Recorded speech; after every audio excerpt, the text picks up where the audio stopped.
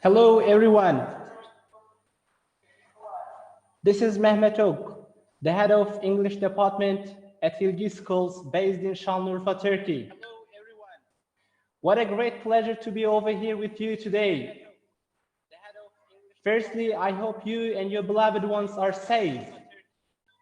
We have organized 3 ELT conferences so far. We planned the 4th one, but it didn't go as we wanted, unfortunately, because of the coronavirus. But hopefully in the following years, we will all get together again. I am as excited as you are to meet the distinguished guest speakers. Seda, it is over to you.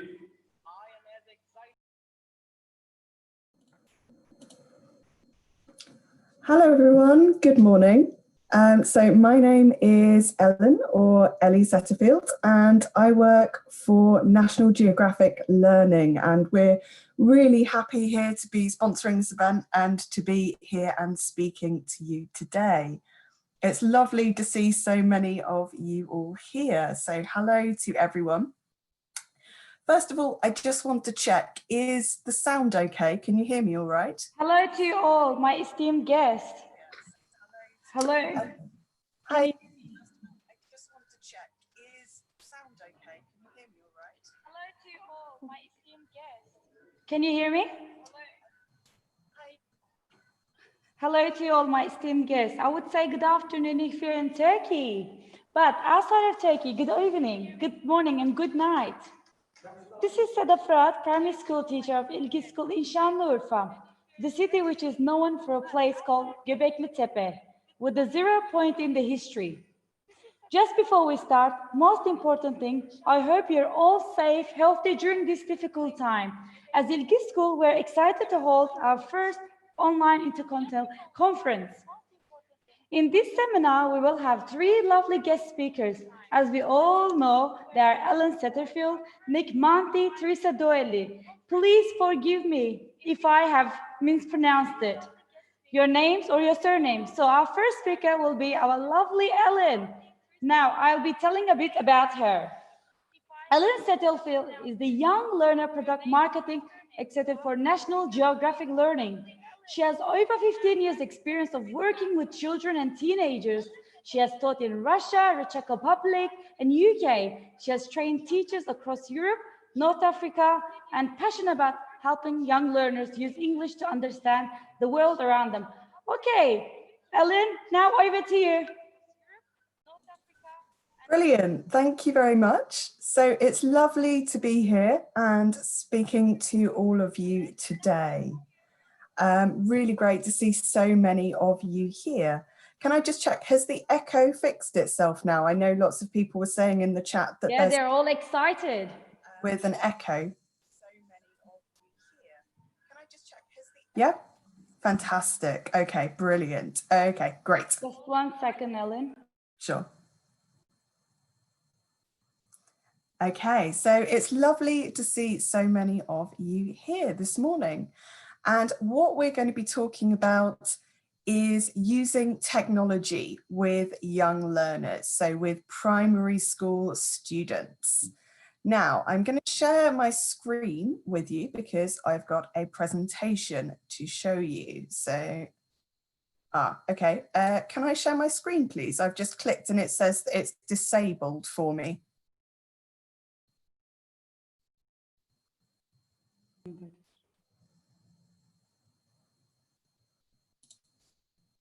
Okay, Ellen, just share your screen. It's just on the screen, on the corner. It says share your screen. Yeah, it says host disabled participant screen sharing. Just 1 second. You need to allow it for me.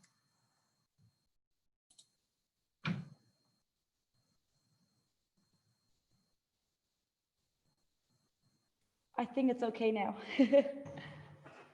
Yes? Yeah, that's brilliant. Okay, great. Thank you. Okay.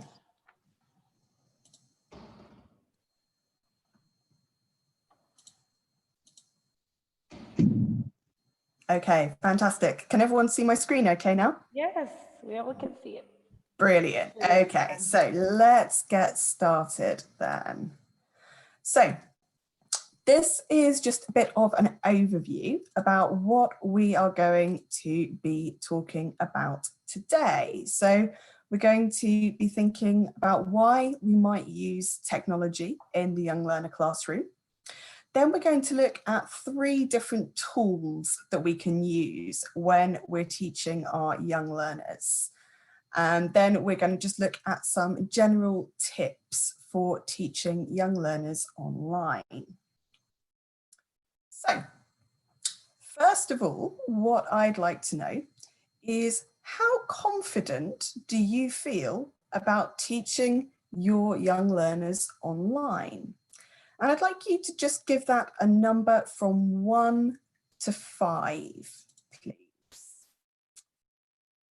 Do you know if there's a way that I can see the chat box while I'm sharing my screen? I know there's normally a way that you can make it visible, but if I click on chat, it's not doing anything for me. Okay, just give me a second. Let me just do that. Thank you. Just be good to have an idea of what numbers. Yeah, of course.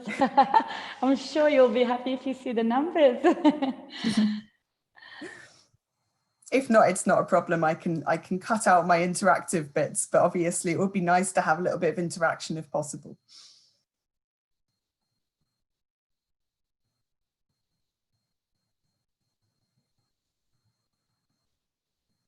Okay, Ellen, for you to see the chat, just go on the bottom and it says more. And once you've clicked the more, it says, the first one says chat. Once you click that, you will be able to see it. Or you can just click the chat, the quick one on the bottom. Nope, it doesn't seem to want to let me.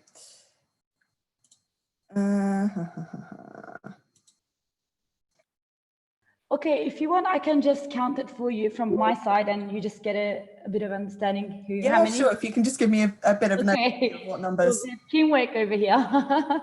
Okay, so from Jillian, I won't just give the names. Actual teaching, 4 to 5.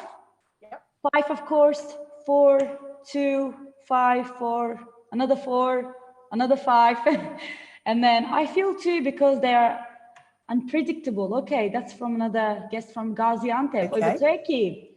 And 5, 4 again, and then another answer. The children are unpredictable, in my opinion. 5. Yep. Okay, so 4, 3, 3, 4, 4. Oh, looks like we have so many 4s. Okay, fantastic. Thank you. That's great, just to have a bit of an overview. So it sounds like we've got a bit of a variety. No one's saying 1, so that's good. That's positive.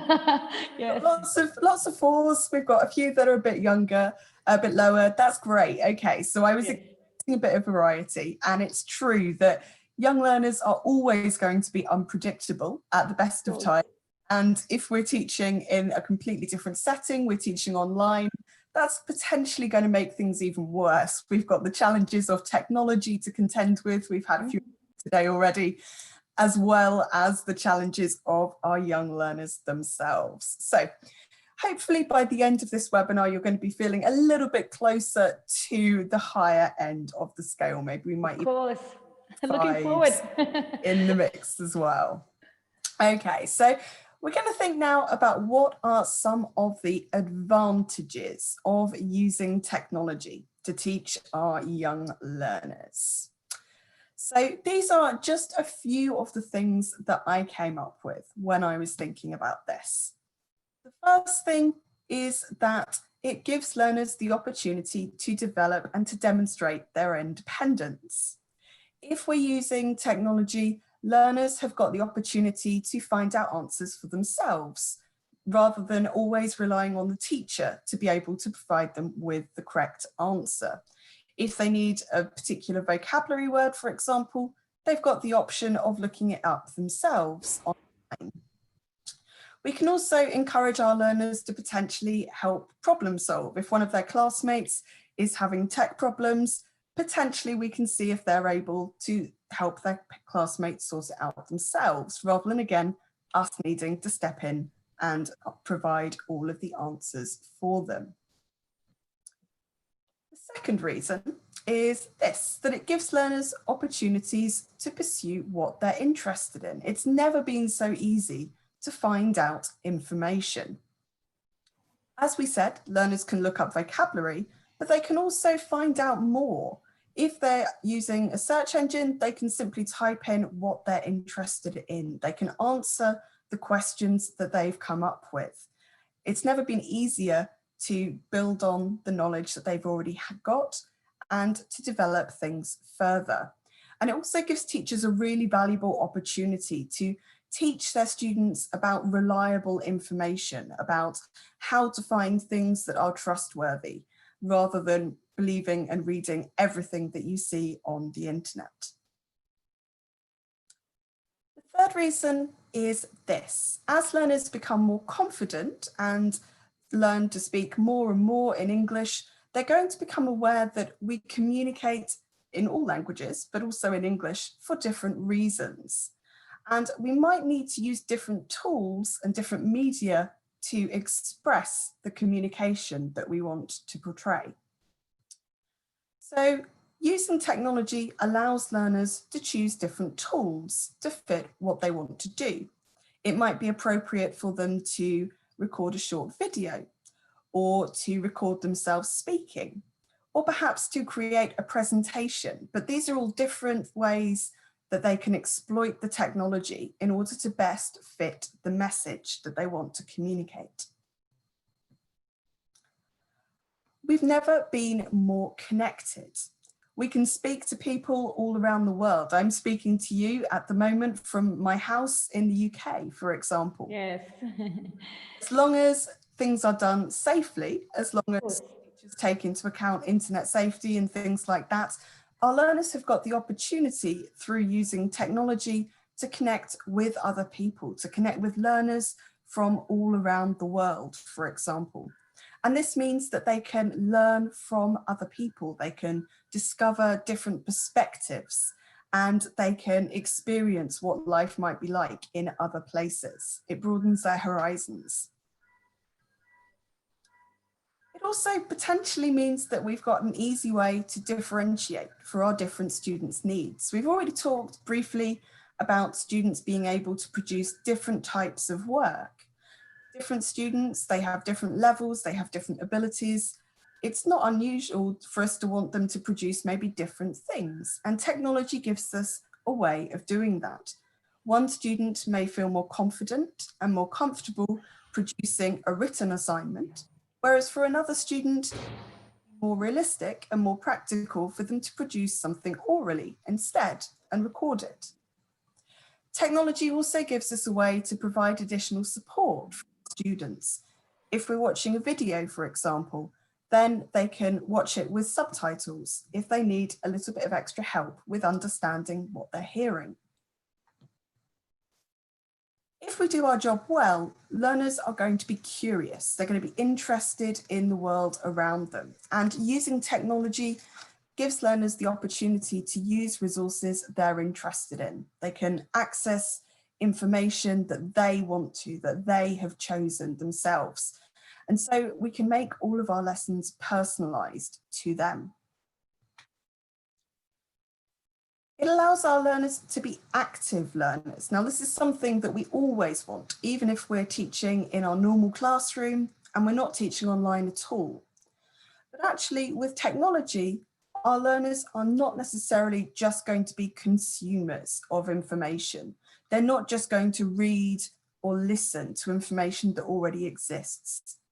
Technology gives them the opportunity to work together, to share, and potentially even to publish their own material. They could, for example, work together on a class blog. And therefore, they're actually creating that information that is found online, as well as just consuming what already exists. Learners want to use technology. This is something that I'm sure if I'd said to you beforehand, why should we use technology? Why is it important? I'm sure many of you would have said, well, learners like technology. They want to use it. It's something that they enjoy doing. Sometimes it's difficult to get their phones off them and stop them using technology. Students using technology also have an equal voice, and this goes part and part with allowing them to be active learners and encouraging them to produce and to publish their own work. their own material. When students publish information, for example, on a class blog, it doesn't matter necessarily what grade they're in or who they are or things like that. Their voice is equal. It's just as valid as other people's voice. And I know personally, when I was teaching, one of the resources that I use sometimes if I wanted to include something about British culture with my students was actually a blog that's produced by a group of grade 3, I think they were, primary school students in the UK, where they're talking about their lives and they're talking about different festivals and different holidays that are celebrated in the UK. But the information on that blog was really good. It was genuinely really helpful. And it was a resource I used often. It didn't matter that it was written and put together by a group of children, because actually their voice was just as valid and just as important as an adult's voice in that context. And finally, sometimes we just don't have a choice, do we, about using technology? I think one thing that we can all say that we've learned from this pandemic is that at times actually technology is just necessary. We don't have the option of not using it. So we're going to think now about 2 different types of learning online. And the first one of these is this, synchronous. And the second is this, asynchronous. So synchronous learning is where we have the student and the teacher online at the same time. The classes are scheduled, so there's a set time, that's when the lesson's happening. It's similar to the kind of classroom experience that you'd normally have. But then on the other hand, we have asynchronous learning. So this is where the teacher provides things like materials, tests, and assignments. But the students complete the work in their own time. There isn't a scheduled time when they have to do the work. There's a deadline, but before that deadline, they can do the work whenever they want to, whenever is most practical for them. So we're going to think about what the advantages might be for each of these types. So with synchronous learning, our first advantage is that it's more similar to the classroom experience. It's more similar to what we would do normally. We know that this lesson takes place at, say, 10 o'clock on a Monday morning, for example. Our learners are potentially going to feel more involved. They can interact with their classmates, they can interact with their teacher, and it's all in real time. They haven't got to wait for someone to reply and get back to them. The teacher can offer more support and they can give instant feedback. So the teacher can correct students, they can help students, and they can also deal with, if we've got any behavioural problems, any classroom management type problems, it's easy for the teacher to step in and sort those out, or equally to motivate students or to encourage students if they're finding what they're doing a bit too challenging. And potentially, I think synchronous learning could be more appropriate for young learners. It does replicate that classroom experience more closely for them. It's not as dependent on their own motivation and their own ability to get on with the work and do the work themselves without help. If we think about asynchronous learning, though, there are also advantages to this.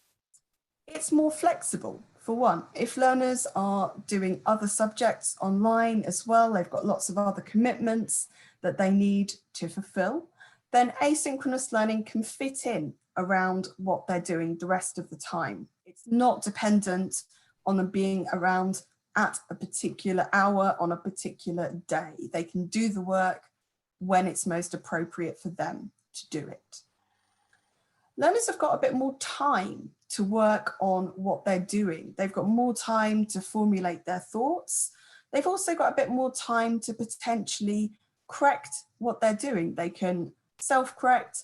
They could possibly, if we're asking them to do something in pairs, they could peer correct, so they can help each other with that. But they've got a bit more time to work on what they're doing. It's not as dependent on them being able to produce an answer immediately.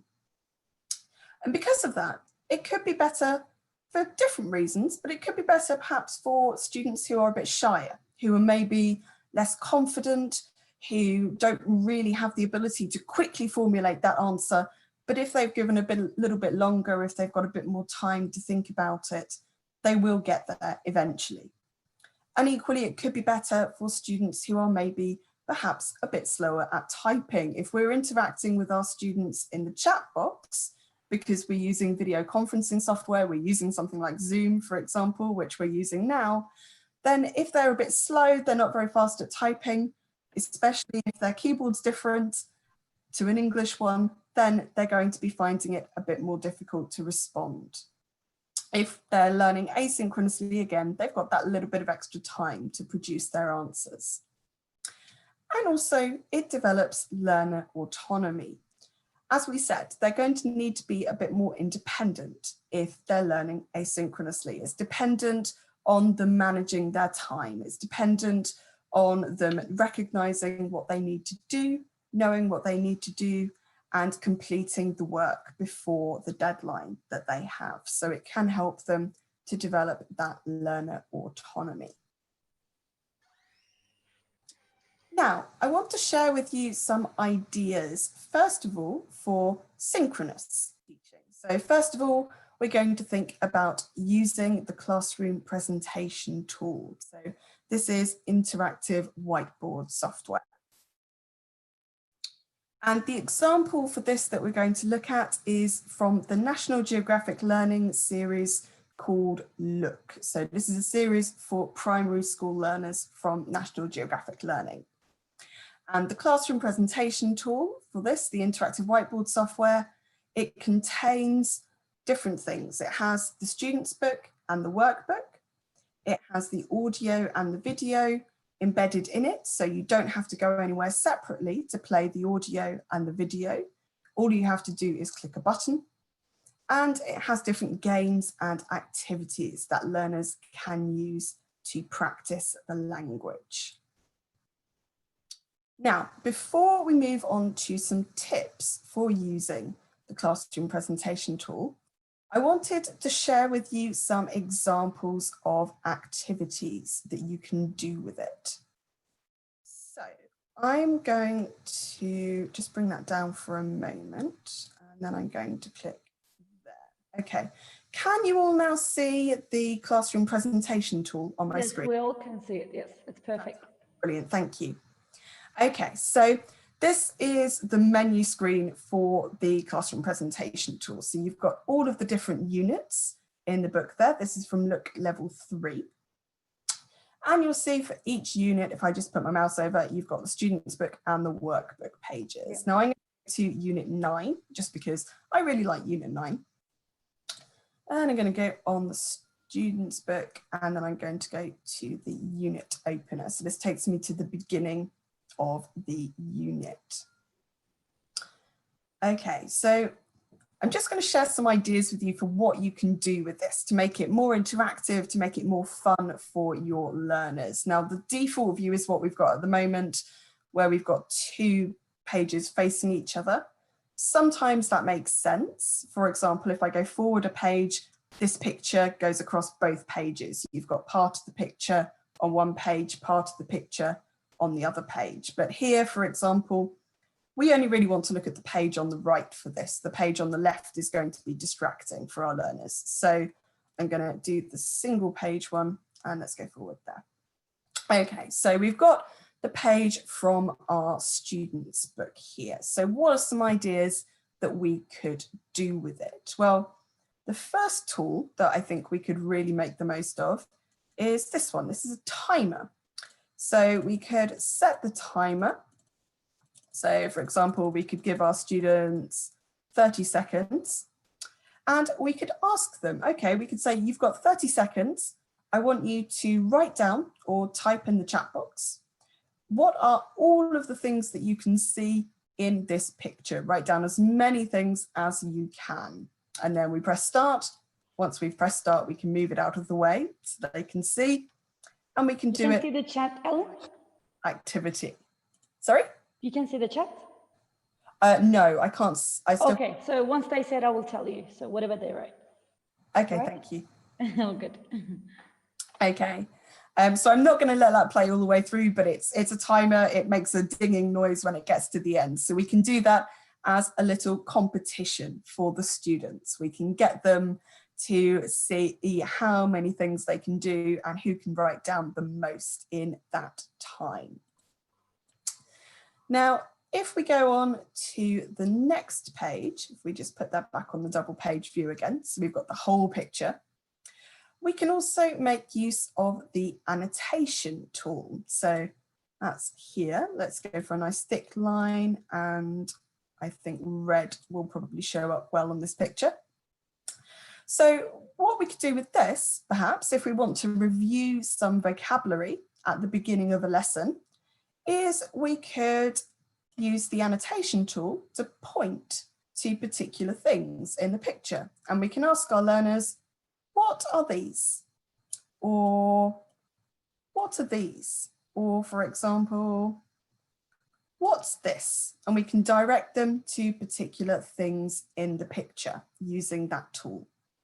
If we want to review that at the end of the lesson and we want to ask the same questions about the same things, then we can use this tool here, which hides all of the annotations. So they'll go away, and then if we click it again, they'll come back. But if we want to get rid of them, permanently, we can use the eraser tool there and just click on all of them and they will go away. Now, we can also use the highlighter tool. And potentially what's a good idea with this is either you've got two options. Either the teacher can highlight words. So for example, you could highlight words in a reading text and you could ask your learners, for example, what the word means. Or you can pass control to your learners using Zoom. You can nominate a student, you can pass control to them, and you can ask a student to highlight. So then what you could ask them to do is either highlight words they don't know, that they don't understand, or they could highlight words that help them to know what the right answer is. So for example, if we've done this activity here, and we've got the right answer there, the were there any shops, we might ask them why they know that's the right answer. And then they can highlight the words any and shops. So if it's any, we know the word order is going to be the was or were will be first, because we know it's a question here. And shops helps us know that it's plural. So it can't be was or wasn't because it's plural. Again, we can use the eraser tool or the hide annotation tool to get rid of those annotations there. Now, the last thing I wanted to show you with the classroom presentation tool is the video activity. So I'm sure you know, if you're using Look, that if you click here, that it takes you to an option where you can do the activities. So you can play the video and your learners can type the right answer in the box. But if we click on this one, we can play the video on its own. So Ellie, just 1 second. I think your screen has frozen because there are lots of messages saying that they cannot see the screen, that it's paused. So maybe okay. just maybe go back and come back again. So let's just check. Mm-hmm.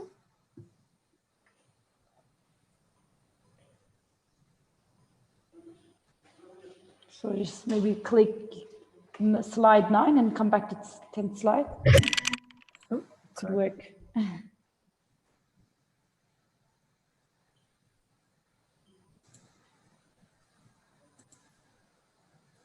Do we know if there's still a problem? Okay, it's good now. They can see Okay. it. Thank you. Yeah, sorry about that. Okay. No, it's okay. Fantastic. Thank you. Thank you. Okay, so what we could do with the video, for example, is we could ask our learners to predict what's going to happen. We could show them a video with we could show them the video, we could stop it partway through, and we can ask them, what do you think is going to happen next? We could ask our learners to watch the video on mute. So we would turn the sound off. So there, we turn it all the way down. We ask them to watch, and then we ask them to predict, what do we think she's talking about in the video? So we can get them to look and to guess, what do you think she's saying? We could also watch the video with the sound on, but then watch it again with it on mute and ask our learners to try and reproduce what they heard. So can they remember what she said? Can they say it for themselves? And then we can take it one step further and say, can you personalize it? Can you answer this question for your own country, for your own city, for example? So there's different options there. We can make this full screen, by the way. And we mentioned earlier about using technology to give learners more support. If I just skip forward to a point where we've got some text, I've still got this on mute, so you won't be able to hear the video. But if I click play and I do here, we've got subtitles. We can turn the subtitles Ali, on. I'm sorry, they're messaging again. I'm so sorry. Are you on the 10th page, right? Sorry? Are you on the 10th slide? I'm not on a slide at the moment. I'm on the classroom presentation tool. Yeah, I know, but on the tool, it just shows us the 10th slides. You know the slide, the 10th one? It just shows us the 10th, and they're just saying that it just shows the slide. It's not showing other pages. I'm wondering if it's the same as yours on the screen. Ah, okay. Because with us, it's just showing this 10th slide. It's not showing the each classroom tools. Right, okay. Okay, if I stop sharing a moment, let's try and go back in. Okay, now? Yep, great. I can see that now. Thank you. Fantastic. Yep. Okay, right. Okie doke. Çok şükür. Okay, sorry about that, everyone. Hopefully that's no, it's great. Quick run through. Okay, so here then we've got, so this is the page that I was saying that you can use the timer. So we've got the timer here. There we go.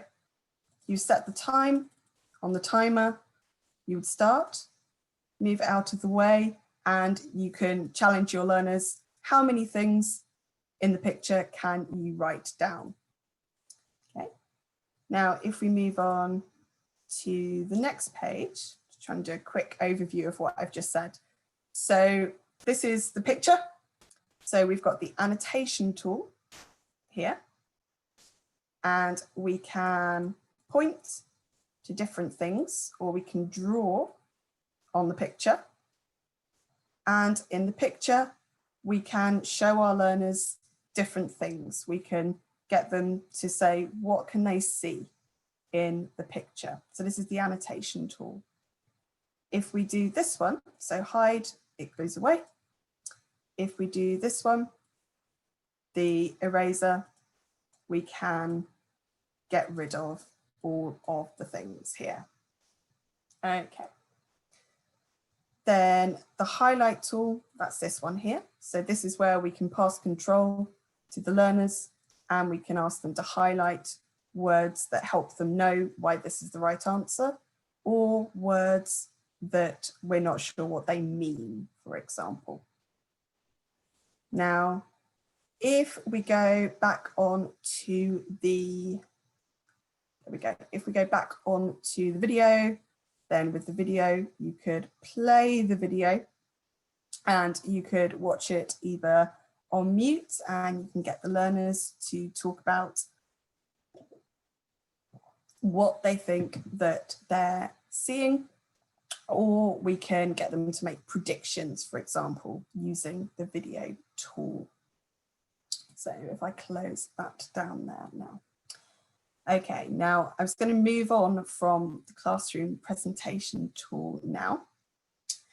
So the classroom presentation tool is available to use for teachers who are using this series. So if you're using Look, then you will have access to the classroom presentation tool. But a lot of the activities that I'm sharing with you here, they're things that you could do with any interactive whiteboard software that you happen to have. So you could do them with a different one if you're using something else as well. Okay, so if I go back onto share screen again, I'm going to go back to my presentation now. Can you all see my presentation again? Yes, good. We can see it. Fantastic. Thank Okay. you. It's decided it will now let me see the chat, which is very helpful. Glad it's going to let me watch it and look at it now.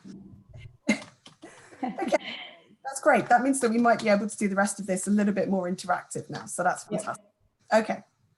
So I wanted to share just a few tips for using the classroom presentation tool. So the first thing, if you're going to be using a CPT to teach online, make sure that you've got a good internet connection. It is very dependent on you having a strong connection. If you don't, and this is both ends as well, this is both for the teacher and the student. If you don't have a good internet connection, then it's going to be difficult for you to use the CPT. It's going to lag, it's going to freeze, it's going to be difficult for you.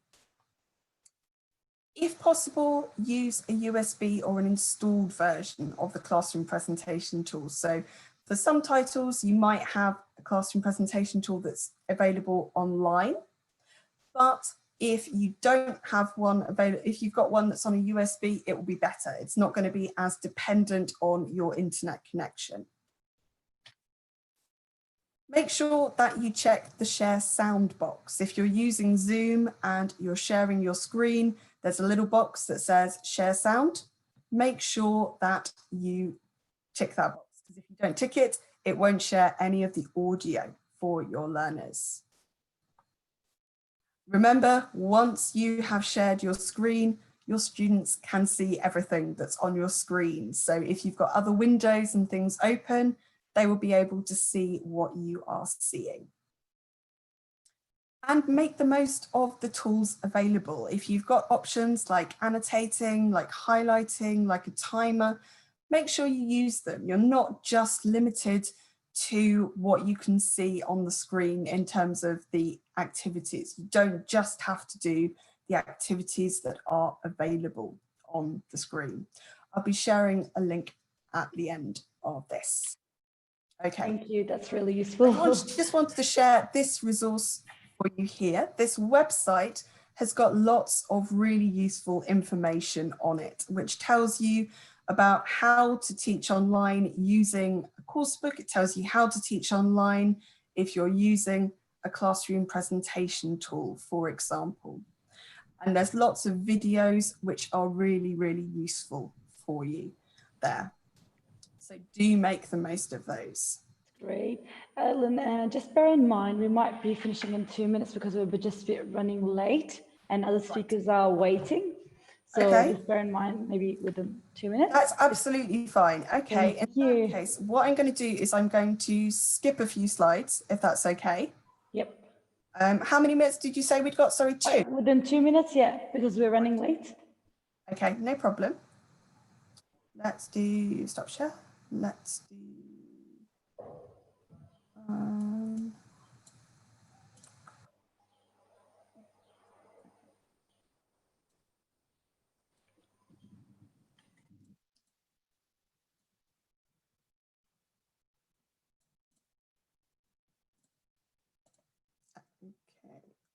why have you gone back?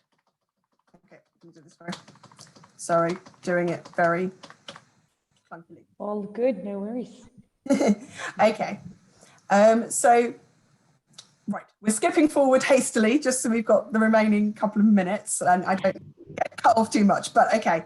Just wanted to mention, some of you have been saying, what series is this from? I just wanted to show you this page because that will tell you there. So this is the title of the series. It's called Look, and that website will give you lots more information about it. Now, I just wanted to finish with 5 tips for teaching online. And the first one of these, I think, is very pertinent for today and how this is going, which is don't panic, stay calm. That is so true. Sometimes it's very difficult to do, and it's tricky at the best of times to plan a lesson, particularly one with young learners involved.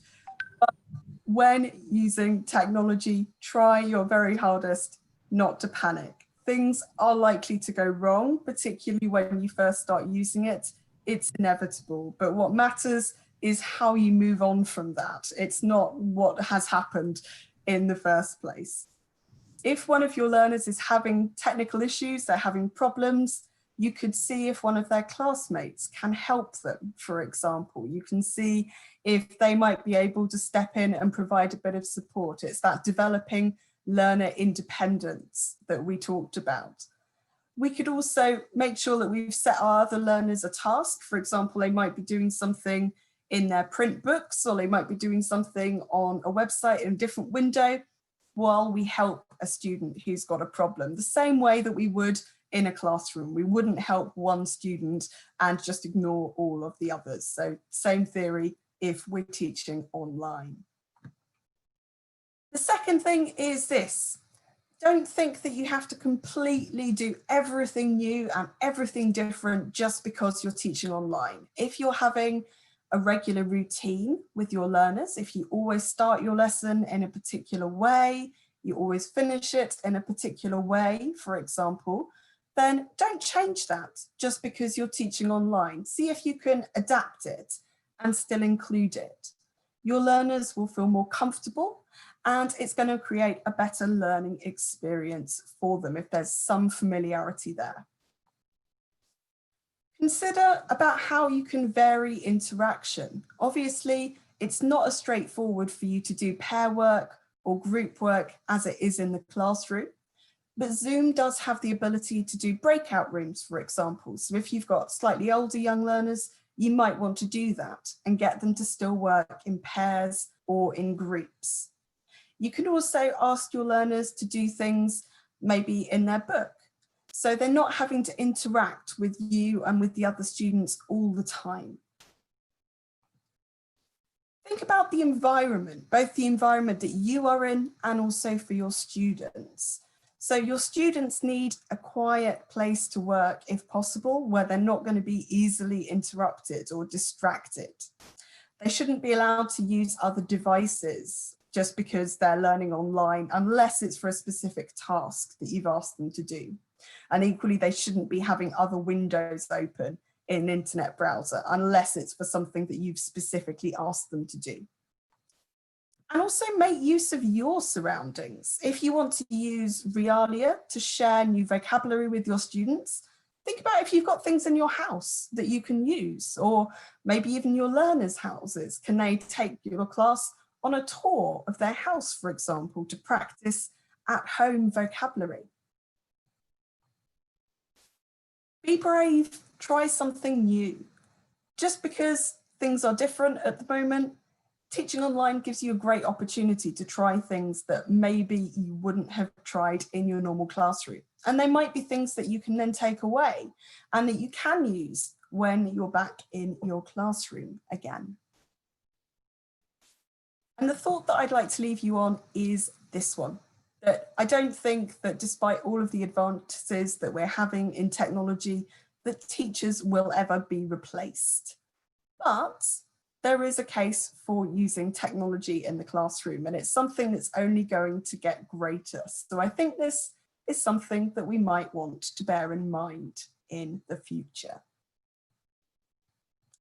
Okay, so I know we're going to have a space for questions in a moment, but I just wanted to share with you two other free resources. So this is our website. These are our webinars. They are completely free to attend. You get a certificate of participation, and they're on lots and lots of different topics, both for teaching young learners, teenagers and adults, so completely across the spectrum. And in focus is our blog, which has lots and lots of practical ideas, things that you can do in your classroom. Again, really helpful, really great resource, and completely free to access. Okay, so that is the end of what I had in my presentation. So I'm going to Yes, close. that was lovely, Ellen. Thank you Thank you very so much for much. joining us. And I would like to see you one day over here in Turkey, Şanlıurfa. Thank It will be you. great to take you to Göbekli Tepe. So it was nice to see you. And thanks for all this useful information. And I'm sure all of us that understood and gained a lot of experience from this session. So thank you. That's okay. Thank you. Take care of yourself. So take care of yourself, be healthy, be safe, and just be aware of what's going on. Thank you very Bye. much. Thank you. Thank you. Thank you. Bye. Bye.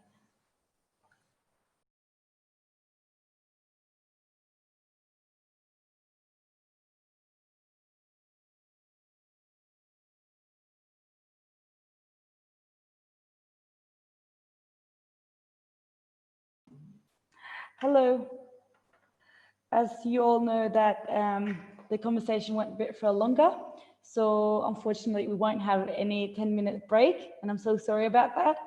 And we will have Nick now, which is another guest that we have privileged from İlgi School to get him to host here. And we'd love him to be here for a seminar, but unfortunately because of what's going on around the world, we can't.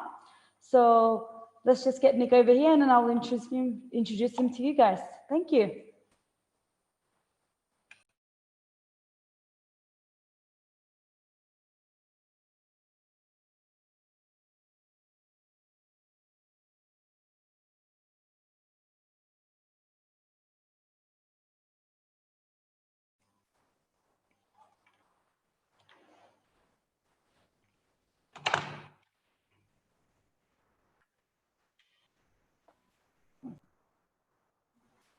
Hello, can you guys hear me?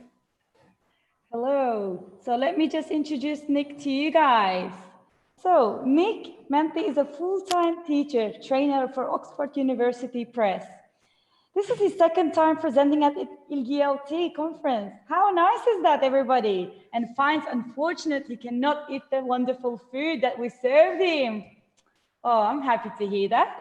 But hopefully after this stuff going on, after it finishes, we'll see him back again. So he's navigating this online world of education from his computer in Aydın, Turkey. So hello, Nick, welcome. Hi, Settelfield. Nice to see you. We're also excited waiting for you. So over to you. Yeah, thank you. Well, I had the privilege of coming to your school last year for your conference, and I heard. Yeah, really, really good. Just before we start, Seda Hoca, can you check to see if you can allow me to get into the polls? To see the messages, you mean? Nope, the polls. Okay, sure.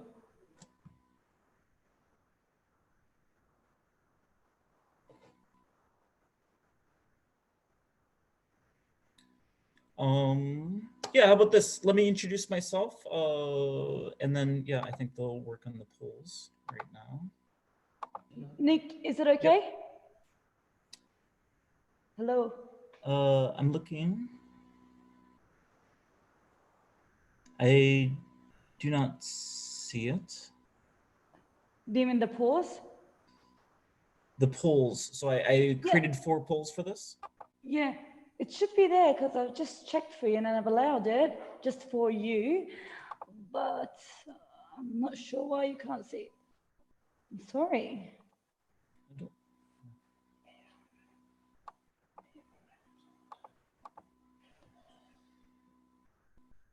Anyways, yeah, that's all right. I feel like, maybe. is it okay? No, I still don't see it. I don't know, because so the sound.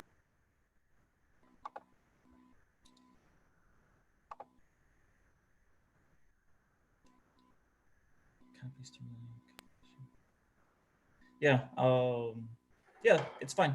I don't see it, but no, I don't see it, but it's all right. So what you can't see now, Nick? So I see the participants, the Q&A, the share, the pause and share, the annotate, control. It's on. So the participants, yes, they're all on. And so the polling. The is polling. What I'm asking about. That was on as well. Let's just check over here. How about this? Let me introduce myself, and then I'm sure, yeah, eventually this will happen. yeah, as Seda Hoja mentioned, my name is Mick Mente. I'm a full-time teacher trainer for Oxford University Press. And I come to you from my mother-in-law's, oh, there we go. 1 second, I think you can see it now. I think you got it, yes. Yeah, okay, great. Get at the start, we're excited. All right, thank you so much. Over Thank to you, you. Seda Hoja. All right, yeah, so I'm coming from Aydın, which is, I see a lot of you guys are from outside of Turkey. So Aydın is in the Aegean region of Turkey. And yeah, we moved here from Izmir. We moved here 2.5 months ago to get away from this this virus and to get away from people really, and to kind of have our own space. And so, yeah, we've been safe, and I hope you guys have been safe. Nick, I can't see you because I think they can't see you. So can you just open your camera if it's all right with you? Yep, the video is, yeah, on. Because we can't see it.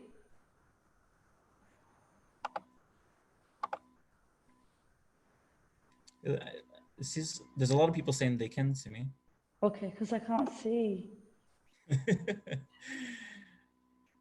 Yeah. All right. So yeah, so we were talking about online learning in this conference, and then I'm going to talk about how to make the most of it, right? And let's there we go. So right now, I could speak for Turkey. We are actually 10 weeks into online teaching. Some of you around the world may be at different phases, right?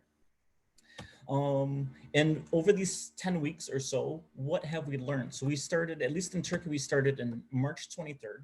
It is now May 30th. I think we have participants from India, from, I think, where else? From Malaysia, from the Philippines, from Mexico, from Scotland. You guys might have a different kind of calendar of how long you've been in, but I think a lot of us have a fair amount of weeks under our belt. Yeah, March 14, that's when we started. Yeah. So I'm curious, what have you learned during that time? Can we somehow let participants use the poll? Yes, they can. So there is 2 more. If you want, I can open that as well.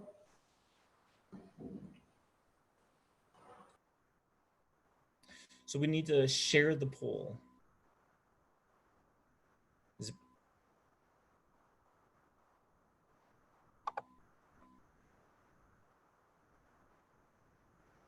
We can answer. Can you see the poll? Because I've actually shared it. It's on the screen now. Okay, okay. Okay, so can you tell me, I don't see it. So Seda, Hoja, can you tell me the results? So the results, because I've shared it with you, it's pretty, I will just tell you here. Using online resources better, 62%. Making lessons more engaging, 70%. Ooh, wow, nice. Higher. Mm-hmm. Yeah. Teaching the macro skills of the English language, 35% actually. And the last one, nothing, I just want this school to year end, 2%. Yeah. Yeah, this was, I think we have the things switch up. Yeah, this is about what they want to improve on. So they want to make their lessons more engaging, and they want better online resources. That's what they all want.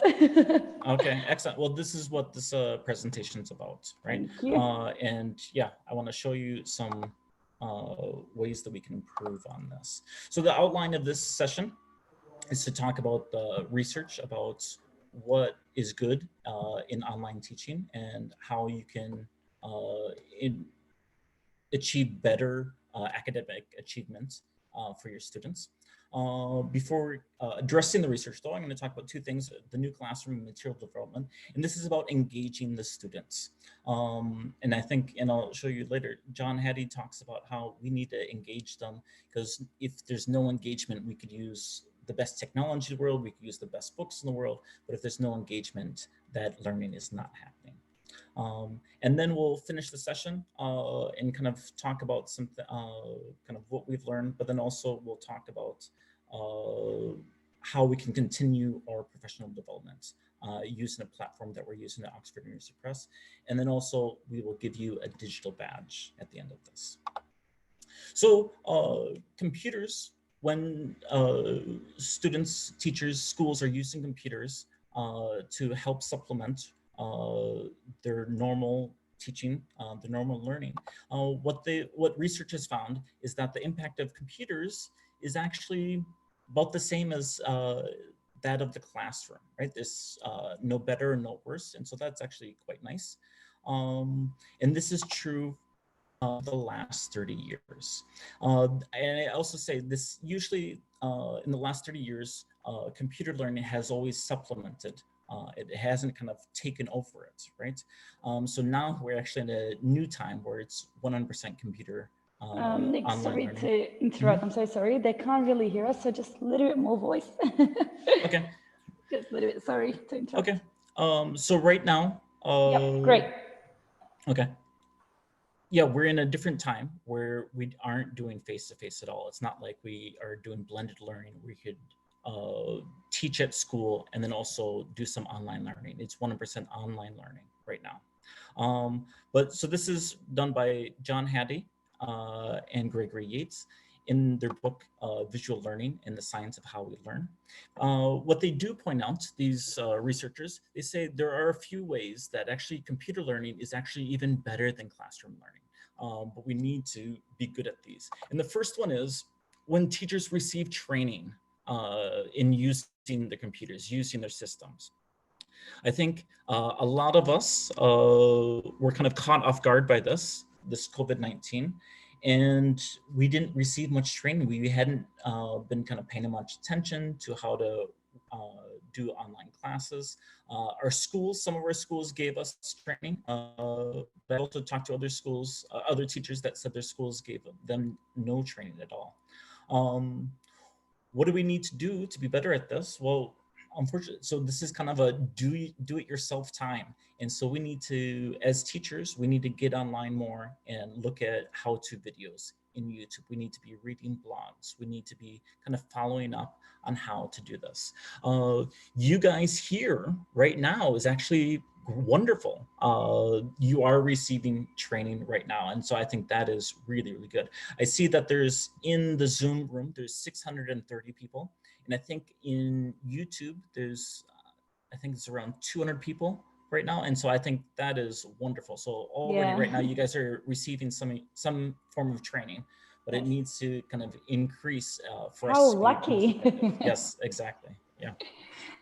The second way that computer learning does really well is when students are able to use computers. When they're working in pairs or in groups, they use it effectively, but they also learn effectively. And we could talk more about that. I think our previous presenter talked about workout rooms, and I could talk a little bit more about that in this presentation.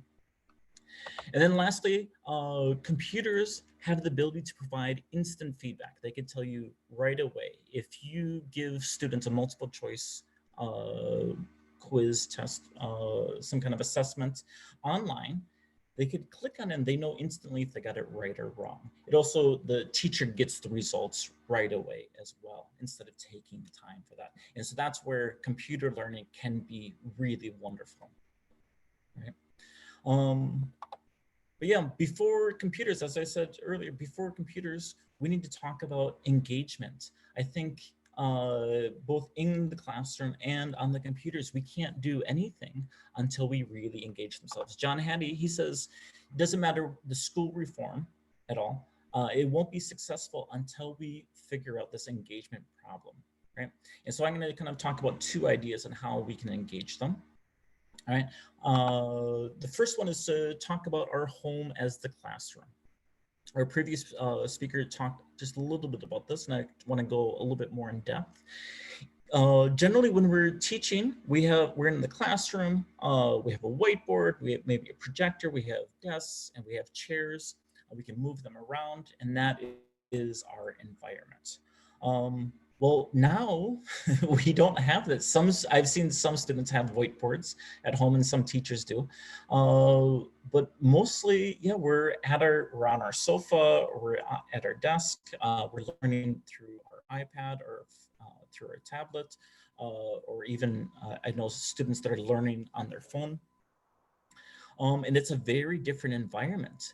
But actually, some of this can be really good. And we just kind of need to think about things around us. So for instance, at school, we probably won't encounter many of these products, right? Well, this actually might be really useful for developing, like working on your vocabulary, right? Maybe some kind of thematic units in your book about kind of shopping or the bathroom or something. These actually can work. I did something with my students, with my colleagues. And so here are my colleagues on the right. And I asked them, I said, all right, you need to run to your bathroom and find something that makes some kind of noise. You could be like popping on and off the cap or doing something. And so my students, they ran and they got it. And we have someone that got shampoo, we got colonia, hairspray, face cream, two that got the hair dryer. And so what we're doing is we're making use of our environment, right? Why is this good? Well, it's because this is actually this is our classroom where we're using the best of our space. Luis Malaguzzi, he's famous for founding the Reggio Emilia approach. And he talks about, this is the third classroom, also known as third teacher. It's the idea that the environment really affects students and actually can be used to help them, right?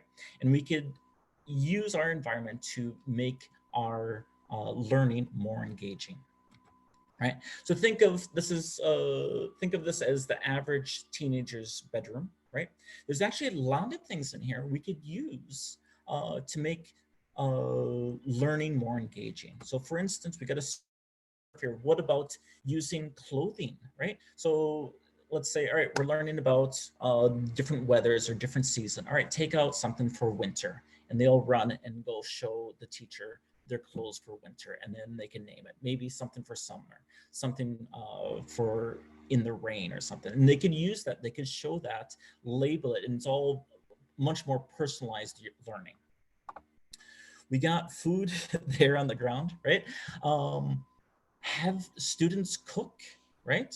I know a teacher that she had a class, a club in Kayseri, and she did it all in English. And so it was every Thursday afternoon or so, they would go to the kitchen, school kitchen, and cook. And all of it was in English, the ingredients, the directions. And you could do this as well. Ask students to go into their kitchen, use some different supplies, do different measuring, and have them cook, right? Not only is this a great skill for learning English because it's practical, it's something real, but it's also something that they could use for the rest of their life. Here we have some toys. We have, definitely little kids have toys, but I think even older kids, they might have toys from their childhood still sitting around, and they can make use of this. I know my nephew, he felt shy being in front of the camera. And so he put a rubber duck in front of the camera and then just spoke with a video looking at the rubber duck. And so we can make use of this for all ages, from younger students to older students. With younger students, they could talk about their toy, they could name it, they could say what it can and can't do. I think there's a lot of ways you could use toys to your advantage. Posters.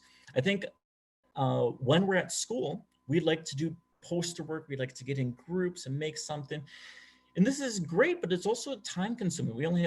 Generally we only have 40 minutes in a lesson at school. But now that we're at home, we have all the time in the world, and we have all the space in the world, and they could do this with their family. And so you could ask during class, all right, for the next class, I want you to make a poster, and I want you to talk about the different ecosystems in your neighborhood, maybe something like that. And they would have to make a poster. And so you could use this downtime, this time that they're not in class, to do this poster. And then the next lesson, they're there, they're ready. We have here some reading material. Ask students, I think a lot of times we want students to do some research, middle school and high school students to do research online. Sometimes we take our students to the computer lab, but we don't have enough time, or it's difficult to find chances to use the computer lab at school. Well, now they have lots of time, and we could assign this, we could have them go to certain websites that we want them to go to, and they could do their research there. We also have, so on the wall there is pictures of relatives. Now that we're all at home and everybody's doing some kind of video calling, talking to their relatives, why not use that time to have them interview their relatives? Use this as a project for their English homework. And it could be about the past, it could be about the present, how they feel. There could be so many different things. I think the biggest problem in Turkey is they worry, well, the relatives don't speak English, they only speak Turkish. I think that's fine if they interview them in Turkish and then write the report in English. I think that's also okay. But I think the point is you're kind of building a bond and using that real material of their relative's life to talk about it in English. There's other ways to do this. Having students use Play-Doh, especially at preschool, maybe first and second grade. And what this does is when they're doing Play-Doh, they're having fun, of course, but also it's developing these muscles, these fine motor skill muscles in their fingers. And that's actually quite important. You can have students use their Lego collections. Last year I went to a conference and the presenter said he uses Legos with his adult students, and having them kind of use that avatar, that little Lego figure, and kind of use them to talk about what's going on in their life and kind of making up scenarios. But then also maybe building things. They could use those Legos for that. We could also have students, instead of doing blogging or making posters, they can do a vlog. And so a vlog is a blog, but with videos or with pictures or with some kind of animation to it. And I've had success with students as young as third grade, really enjoying vlogging. You could play video games. I know a teacher in Izmir that plays Clash of Clans with his students. And so what he does is when they play together, they're all in it, but they're all speaking in English. And that could be really enjoyable. There's plenty of opportunities to go on a field trip to museums, I think I went to Machu Picchu last week, virtually online, and I thought that was really cool. There's a lot of places you could go. You could even go as a field trip, so everybody's going there together. Lastly, you could also do some kind of drama, and I've seen some really cool ideas about how they use the Zoom screens to kind of maybe 3 or 5 people come up with a drama, even something as simple as passing a paper. So you have a ball, and I could throw this to Seda Hoja, and she catches a ball, right? And then they kind of have some interaction there. My favorite one, this is what my daughter loves the best, is to have some kind of face paint, right? And face paint at Migros, the local market, and have fun with this. You could see this was during this lockdown. You could see I haven't had a haircut recently. But yeah, you can really have a lot of fun with this.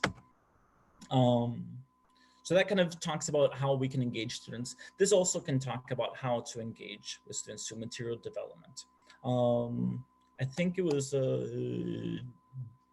it Julian at the beginning of this webinar, she mentioned in the chat room, she said, hey, with young students, I want them to just kind of go somewhere and not be confused with all the kind of chaos. We just kind of a safe place where they can go. So this is a kind of a normal YouTube page, and you can see it has a label, Learn at Home with Teachers. But you see on the side, there's actually a lot of kind of distractions. It kind of says, all right, hey, go click over here, go click over here, right? And that, you know, is sometimes nice, right? As an individual, you want to see some other similar things, right? But then also for students, it's very distracting, right? Same thing with advertisement. When you show something on YouTube, you are looking at advertisement nonstop, and maybe that's just kind of annoying and not appropriate for your students. So what I would recommend is a website, a colleague of mine a long time ago, she showed me, and this is called Safe Share TV. And what it is you take the YouTube link, put it in Safe Share, and it is safe. So here it is. So as you can see, on the right side, there are no distractions.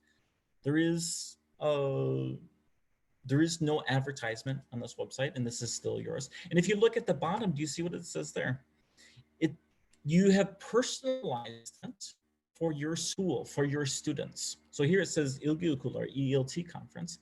And Oh, so thank you you. could take, so you could take any video and say, Mr. Next Classroom 4C, right? And it looks like you've personally made it for them. So let's say it's a Justin Bieber music video that you want to work on in class.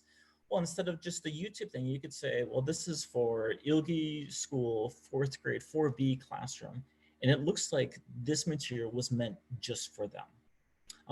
So these are my 2 ideas on how to engage them. Really use your space, your house, and the student's house to help engage them, but then also use YouTube and Safe Share to engage them, to kind of personalize it, but also to keep them away from distractions and have a safe site, right? All right, learning platforms. Let's talk about learning platforms. So I think, at least in Turkey, a lot of people are using Zoom. We're using Zoom right now. Some are using Google Classroom, ClassDojo, Microsoft Teams. I also think some people in Turkey, they're using this new program called Perculus. And I'm just curious, what platform are you guys using? Seda Hoja, I think there's a poll in there. Can you, I don't know if you see. There is a poll. Can you see it? Yep. So not number 1, it should be. Number 2? I have no idea. Okay. I think they're out of order. You'll have to, it's about platforms.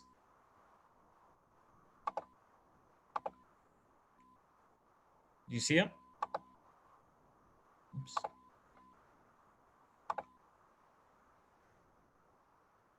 No? Okay, I saw it. No. Yeah, it's on. I don't think, so this is about platforms? Yes. It's in process still. So, all right, how about this? Just go ahead and write it in the chat. So we got. No, it's on. I will just. YouTube, ClassDojo, okay. Zoom, ClassDojo. Oh, perfect. All right, so now we have the. Got the right one. Thank yes, got you. the right one. Okay. All right, so if you guys can get in there. Yeah, 5 seconds. Let's just give a few more seconds and then we will just see.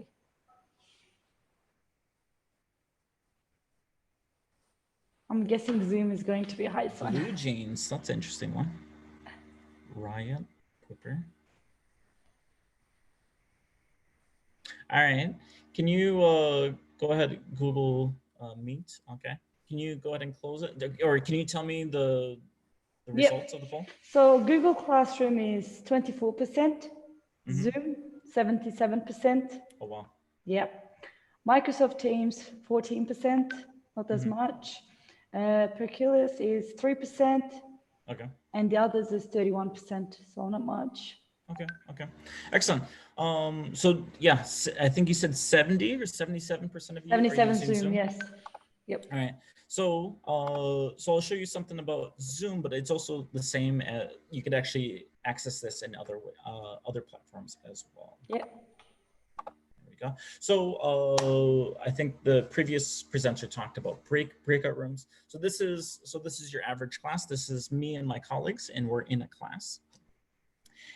And what you can do is you can put them into groups. And so in your Zoom account, even the free one, the free Zoom account, you can go into the settings in the meeting advance, kind of drag that over, and then you could put them into groups. And so it would look something like this. So I have 2 breakout rooms. I put 3 people in here and 3 people in there. And you could also see up in the right-hand side of the breakout room, it says join.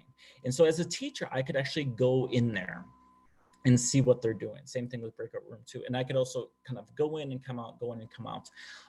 At the same time, I can, yeah, I think it's wonderful. They get a great time. I usually have a whiteboard for them to use, and then they would annotate that. I think the biggest thing when we do this, we need to make a task for them, right? And so you would say something like, all right, when you get into your breakout rooms, I want you to work together to find out this, what you think is the best way to get from here to Istanbul right now. And they would come up, kind of brainstorm some ideas, and they could write it down on their whiteboard, and then they could jump back and share it with the whole classroom. The whiteboard, I think you guys are familiar with. I'll just kind of show it very quickly. You can use the whiteboard here, and then you would click on annotate. You guys see annotate? So you can see my drawing. Oops. All right, so quickly, I've just turned it on. So go ahead and annotate if you wish, if you can. A little bit, I think. Did I give you a chance? I think I did.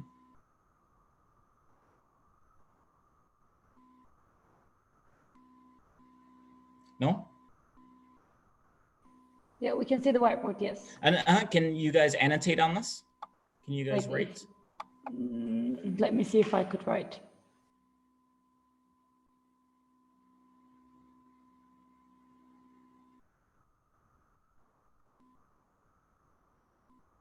Excellent. Okay, so maybe it's just the hosts right now that can do this. So in a smaller classroom, then you can get everybody to do this, right? Okay, excellent. Oops. This is not good. Shoot. How do I?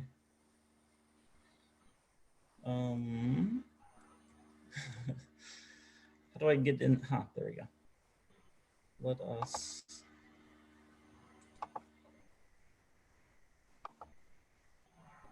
Can I? Shoot. All right. All right. And then, so I kind of want to then talk about the end of the classroom. And so how we can do something, again, interactive. So we kind of looked at polls in this conference, but also want to talk about exit tickets. And for me, exit tickets, it's like gold for teachers, right? So when you finish a lesson, you ask students how it went. And actually, it's amazing. You actually get very honest responses from students. And so I use kind of a combination of different tools. And so I think online you could do the same. Mentimeter, this is my favorite. I know people also use Google Forms. I've heard people use Kahoot. My colleague said there's some changes in the program right now. But yeah, asking students to do it, maybe even do it in pairs, I think could be really, really useful. I'm gonna go ahead and show you how quick and how easy it is to do this. Do you guys, or Seda Hoja, do you see my screen that says Mentimeter? Yep, I can see it. Okay, so you could quickly, going into Mentimeter, making a presentation literally takes 2 minutes, and then you can make it live for students. So sometimes I do this, sometimes I ask my students to do this. So we could do something like multiple choice. So for instance, what did you learn? See my writing. So learned safe share.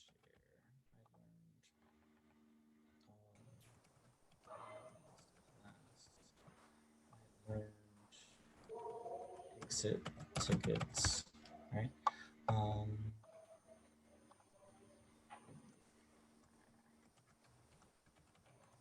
Right? Maybe I could even do all of the above. Right? So I've made this now, and then you could actually let's make a donut. You could actually make this live right away. So if you guys have your telephones, right? So if you could go right now to Mente code, you could fill this out, and then as a teacher, you would know exactly how your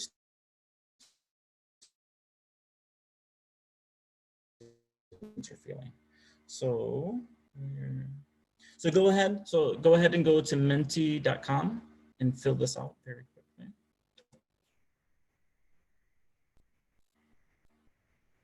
All right.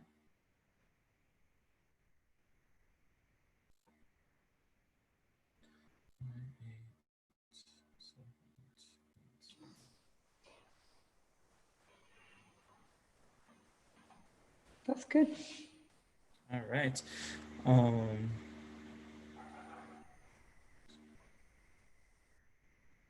There we go.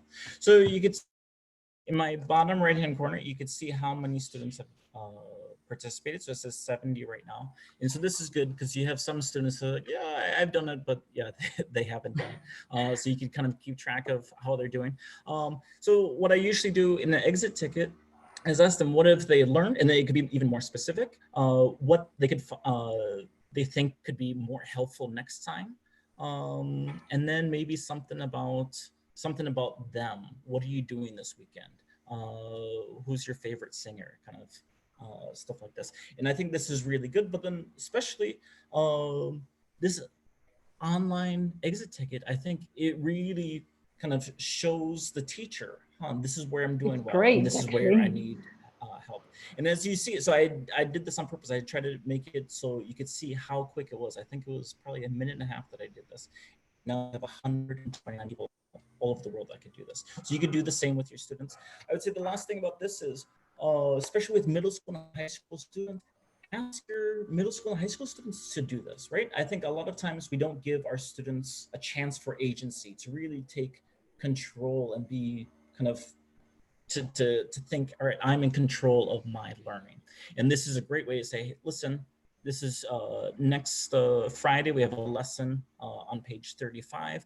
I want you to make a poll after this, show it to me first, and then we could show it to the classroom. Yeah, these students nowadays, they really know technology very well. But they would also feel that, yeah, they're part of the classroom, right? All right, let's go back to our thing. Thank you, everybody. So then, yeah, just from the exit ticket, I could see, everybody really liked a lot of these ideas, or maybe I need to work on this, or maybe I need to work on that, right? So yeah, we kind of talked about at the beginning, when computer learning is really good. It's when teachers receive training in the use of computers, when students work in pairs or partners, and we talked about breakout rooms.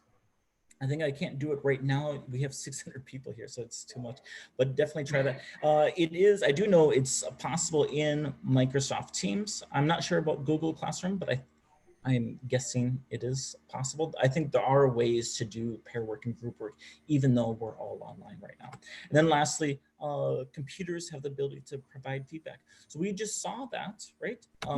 Instantly. We just saw that we could do that. We talked about breaker rooms. And then this idea of training, as I said, you guys are here right now in this webinar, and I'm really, really happy. Thank you guys, because this is kind of encouraging you and helping you be better as teachers, to help your students. As Oxford University Press, we've been working on an online platform that we want you guys to be a part of as well. And so this is a platform called VO. And so what we do is right now, well, there's many ways to use this, but right now for you guys, we'd be interested in sharing videos with you, professional development videos. And then in there, in the comments, in the notes, we write some questions, and then you can answer, right? And this is actually really nice. It's part of a global conversation of what they think is good, what are the best practices, how they could help their students. And so teachers from all over the world can be part of this. So at the end of this presentation, I'm gonna give you a QR code or a web link, both actually. And then, yeah, and then in the next week, we'll get back to you. And so you can be part of this global conversation. So it looks like this, I think we have a few 7, 9 videos up there right now. And then in the videos, in the notes, you could see some questions, and then the teachers would add their responses to it. There's also a chance for you as a teacher, if you want, you can upload your own video of teaching. And then you could have this global conversations. Teachers from all over the world can say, hey, I think you're doing well here. I think we should look at this. What are you thinking about this? And this is just our idea of how we can get teachers better right now during this COVID-19 time. There's also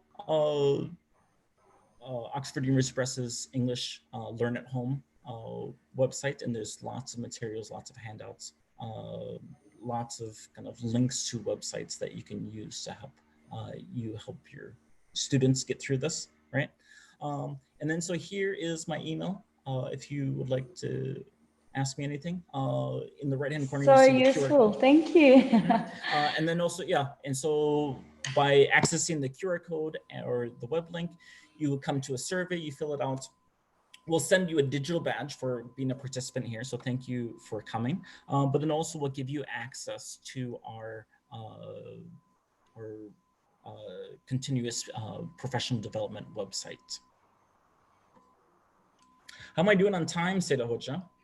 Just 3 minutes, we are running late. So Okay. yeah, so we've done a really good job, and this was great pleasure to have you over here with us. And I'm sure we all had a great opportunity to listen to you and gain a good benefit what you have told us. So personally, myself, I have gained a lot of information from you, and it's really useful. Thank Can't you, wait to get home and start on it. Thank you. So please, please stay healthy, Nick. We would love to see you again here and have lunch with us. Yes. It's our pleasure. Thank you, yes. Nick. All right. Thank you. Thank you.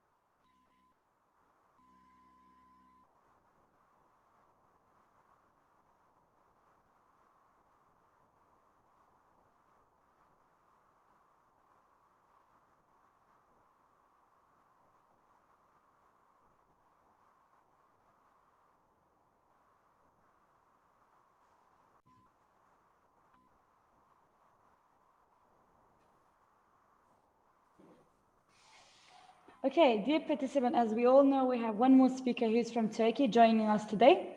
And I can feel you're all excited too, and Teresa's excited too, I'm sure we're.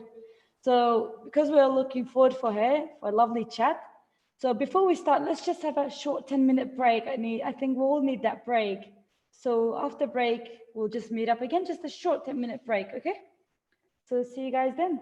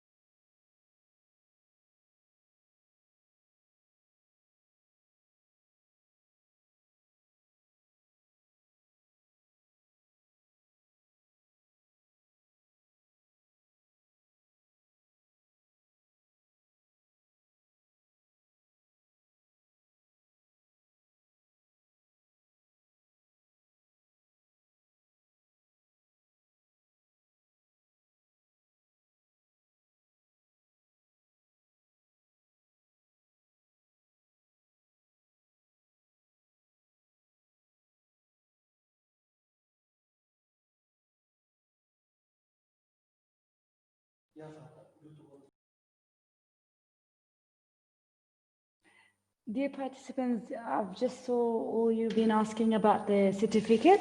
So after the session that is finished, the seminar is finished, you will all be getting your certificate through the email. So just bear in mind.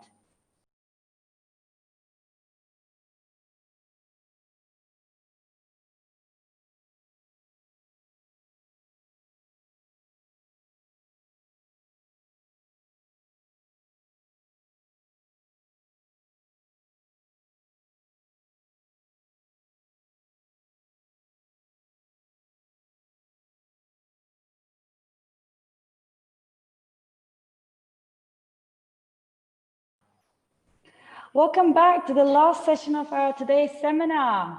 So last but not least, I know you all been waiting for her for a long time, and you're also excited for her amazing session. Okay, now I won't make you wait, and I will tell you a bit about our amazing Teresa. How nice is it to have her? So Teresa Doyle has been a teacher and a trainer since 1976, teaching adults, teenagers and children, training teachers, teachers trainers, ELT inspectors and parents throughout the Turkey, as well as numerous countries around the globe. She has been working for Macmillan Education in Turkey since 2012 and is based in Istanbul. She holds an M&A, Applied Linguistics and a Delta qualification, and is currently holding her online teaching learning skills whilst running online webinars from home. Okay, Ms. Dole, welcome. It's so nice to see you over here. I'm so excited. Hi, Seda. Can you hear me? Yes, we can perfectly hear, and we're so excited. And lovely. Other teachers. Yeah, the only thing at the moment that's missing is me seeing myself. I wonder if that's possible. I sometimes like to check what I'm doing and what my face is doing, because sometimes I don't we can perfectly see your camera. You can see me. Okay. We can well, that's see it perfectly. More important than me seeing me. So wait, just let me check to just do yours as well. Just give me a second. Okay. All right. So whilst Seda is working on the technology, I will say hi again to everybody. Hope it's worth all this excitement. Oh, I've got all sorts of people I see from Peru, from Nepal, from Istanbul, from Sakarya. Long live Sakarya, Hatay. There we go. Lovely. So we're from Teresa, all over. sorry to bother. Yes. Sorry. In here it says that I have shared the screen, so you have shared it as well. So I'm guessing it's from that side because there is nothing from this side. Okay, I am sharing my screen. Shall I stop sharing it? No, don't stop. It's all right. So we can see it. So it's probably, if you can see yourself, that would be good. I can't. Okay. Yeah. But because I've opened it from my side. All right. If I'm doing something funny with my face, you can. I'm sure you won't be doing. We're just so excited for your presentation. Okay. I hope it was worth it. So hey, over to you. All right. So we're going to look today at trying to help kids and develop kids develop their speaking skills. I think most of you are from primary school, but that's a huge spectrum, obviously, of learners from kindergarten, first and second and third grade, still very, very young learners, fourth and fifth grades, and then we've got the 5s and 6s and 7, 8, 9. Oh, no, sorry, 8. So middle school as well. So I'm going to try and address all of those groups, something for everyone if I can. And hopefully, even if you're teaching at another level, maybe at secondary school, you can probably still adapt a lot of the things that we look at. So if I move on to my next slide, I'm going to focus first of all about the importance of emotions and being inspired to speak. So inspiring learners to speak of all ages. I'm going to look at the importance of doing and talking about what they're doing. And I'm going to talk a bit about puppets, home theatre, and Turkey's Got Talent.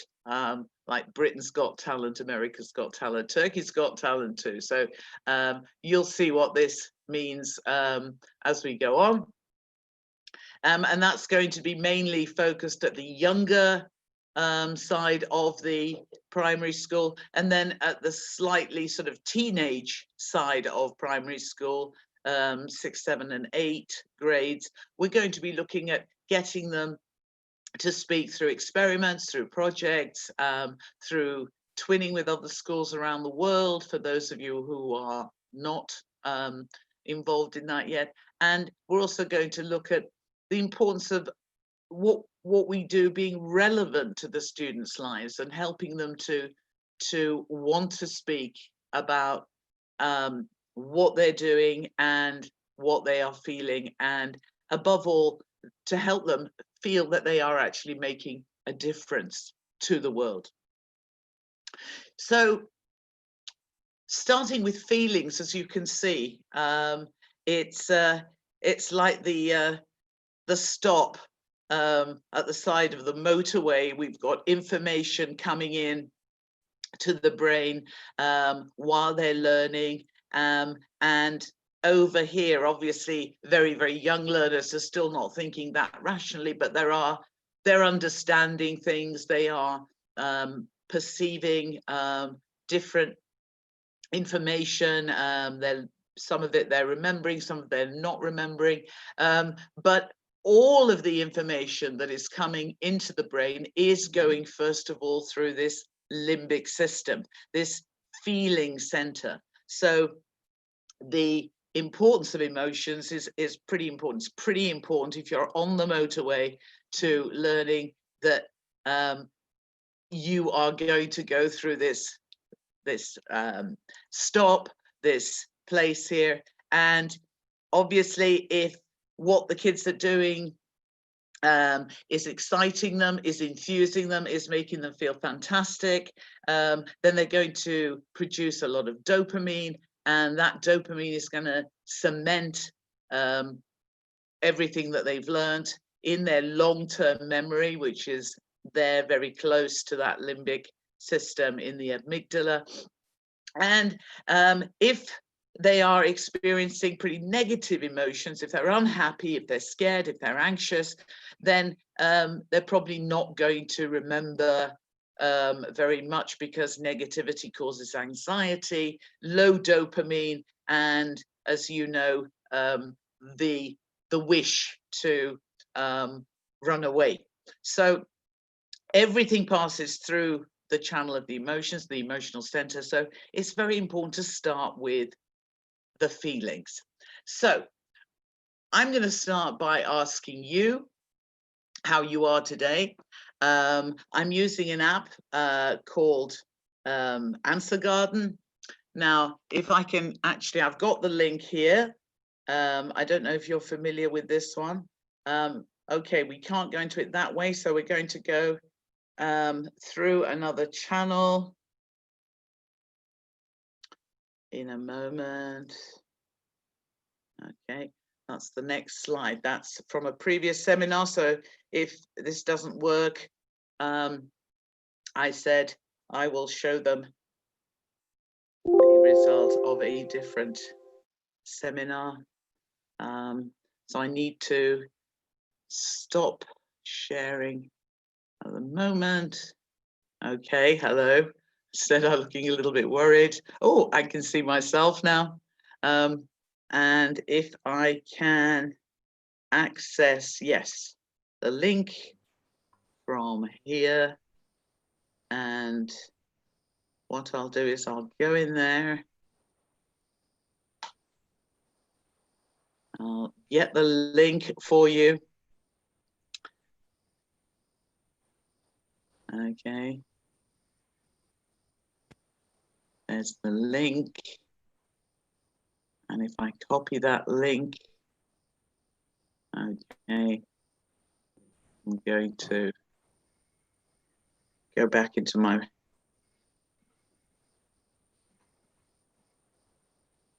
Zoom. There we go. And if I put that into my chat box there, paste it in, you should be seeing that link coming up now. There it is. You've got a link now to go into Answer Garden and tell me you have up to 20 words to tell me how you are feeling. Okay. And this is an alternative to sort of taking the register. So let's see how you are all feeling. So no link. Interesting. The link is above. I'm going to post it again. There we go. There's the link.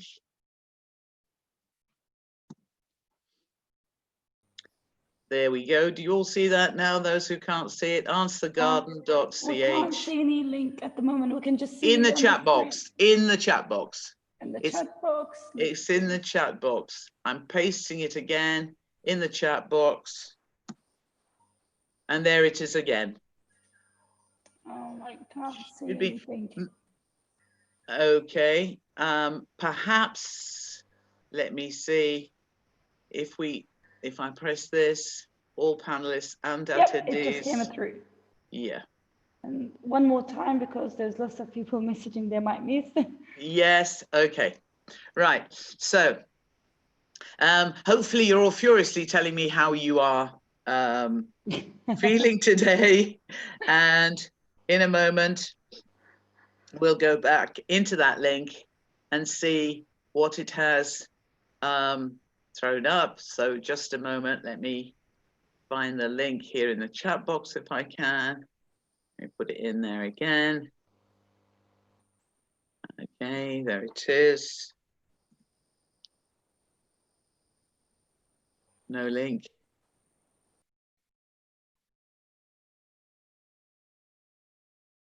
There we go. For those of you. Okay, now I'm going to go in this way again. Don't know if you can see this. I need to share my screen again, I presume. Yeah. Yeah.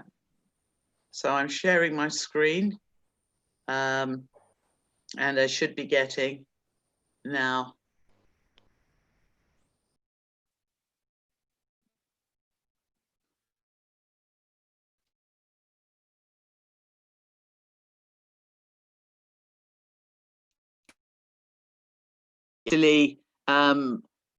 Move your cursor over the words, you'll see how many people wrote that particular word. So you'll see very well confused 2 people. Well, that's not many out of so many.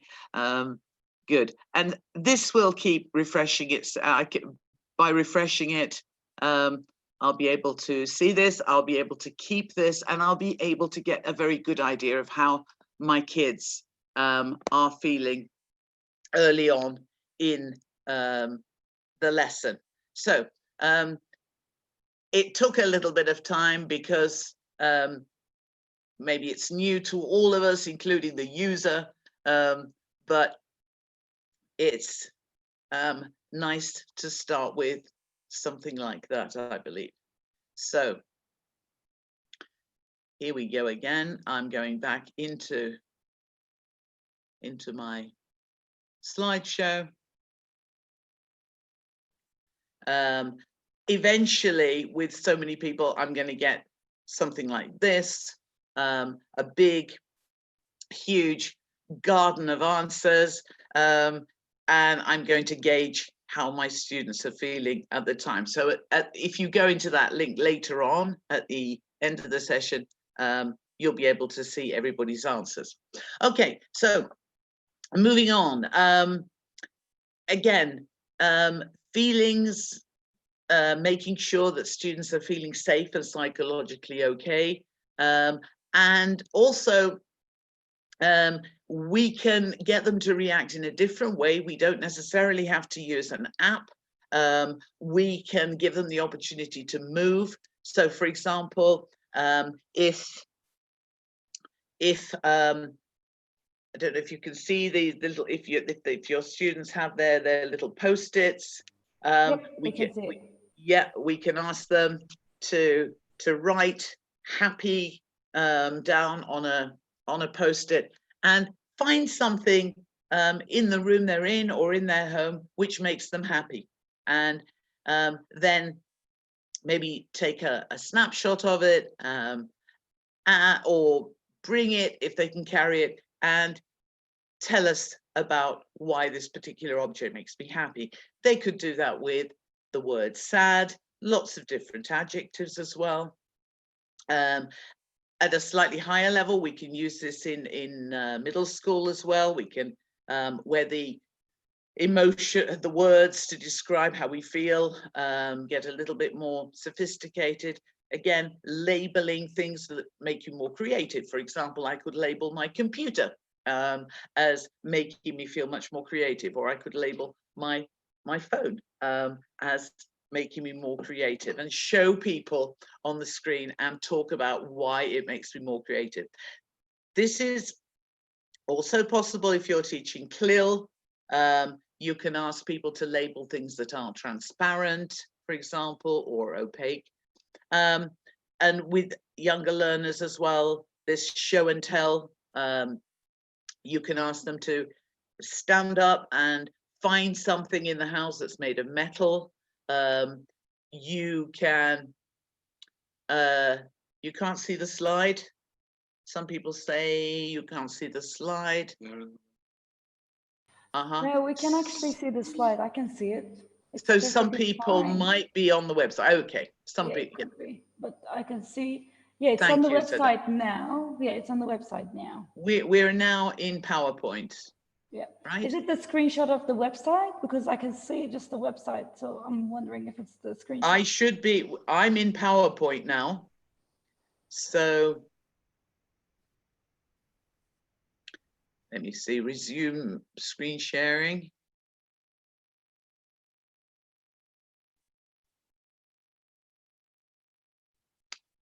See, we want to get out of, yes, we want to share the screen. I think just stop the How's sharing that? and then start again. Yep, Yeah. Perfect. Thank you. Right. Okay. Thank you very much.